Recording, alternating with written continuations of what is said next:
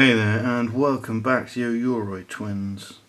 And next up, we're going to start putting in all of the details on their clothing. So I'm going to introduce white into the red clothing and red into the white clothing, and basically they will be mirror images of each other, where the red, which is going to be the majority of the red clothing, will have white details, and the white, which is the majority white clothing, will have red details. So I'll get that done, and I'll be back in a mo.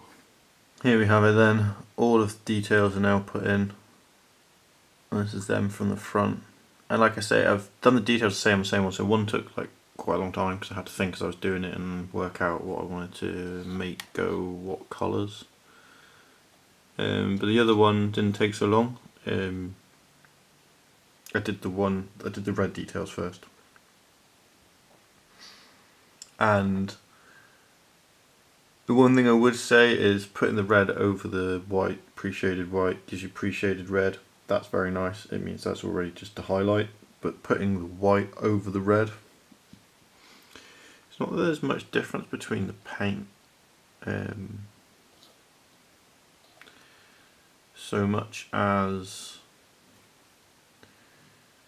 white has a very high opacity level. It's normally it's made as a paint that's made to be very opaque, and so it doesn't get that kind of pre-highlighted variegated feel that you get from putting a pigment that's as thin as red over the top of a sort of pre-shaded white grey. So I am going to have to knock back the white on the white details on the red dressed twin by putting a very thin blue ink over it, and it's going to be super thin, just enough to add an ever so slight tint to it. On the flip side, that won't need highlighting, whereas the red paint on the white dress will need highlighting. So it's just different processes, arguably.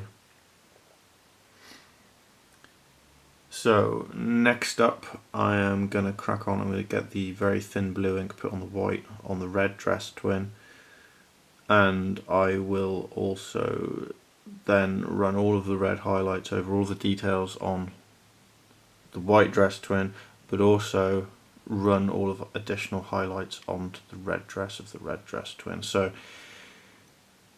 onwards, paintingwards, and to bringing these guys together. So there's not that much left to do after this.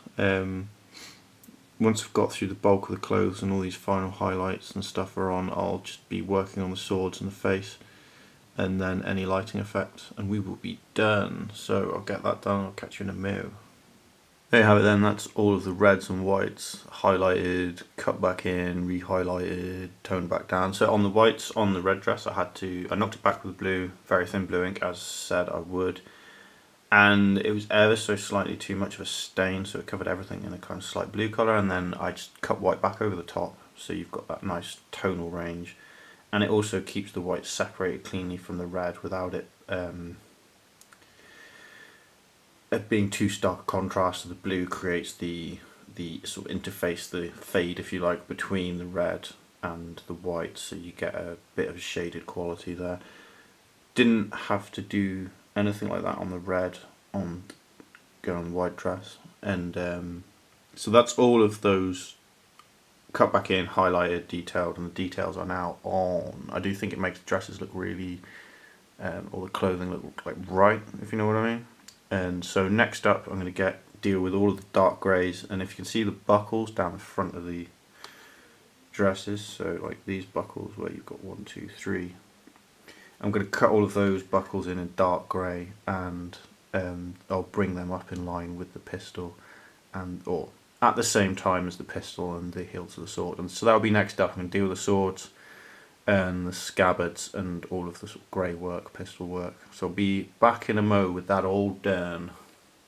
Here you have it then. I've done all of the highlights on the pistols and the greys on the buckles, and as you can probably see, the sun has come round to my window and it's a glorious day outside, but this is far more important. So I've also done the scabbards. First of all, I've run a thin black ink wash over them, and I re-highlighted them in green. The same green that they were originally done in. Also with the hair, I used the same dark grey that I used as the charcoal grey from the extra opaque range from Vallejo.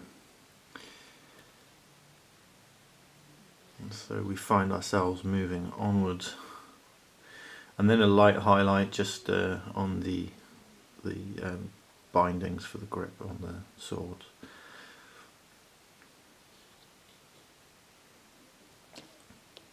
And we are ready for the next stage. So I'm going to just be getting all of the gold bits done on the swords and the blades done on the swords.